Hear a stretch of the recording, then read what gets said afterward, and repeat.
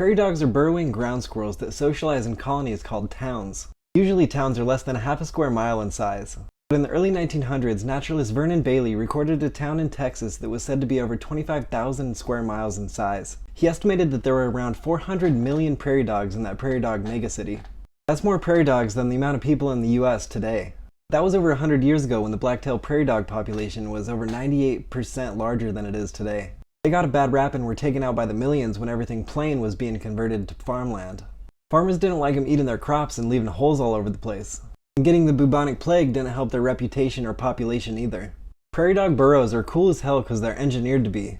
They can be up to 10 meters long and have different rooms for different purposes. You can have listening rooms near the top and flooding rooms near the bottom.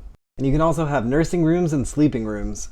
A lot of the time they'll have an elevated entrance mound that's upwind from a ground level entrance hole.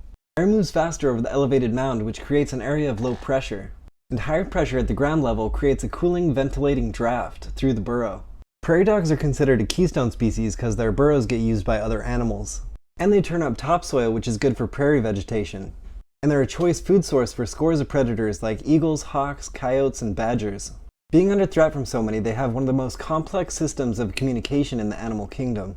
And a 2002 study found that their calls contain predator-specific information, like what kind of predator is around, how big is it, and how fast is it approaching. And they have different responses to different predators. I never saw a name for that old prairie dog megacity, so what would you call it?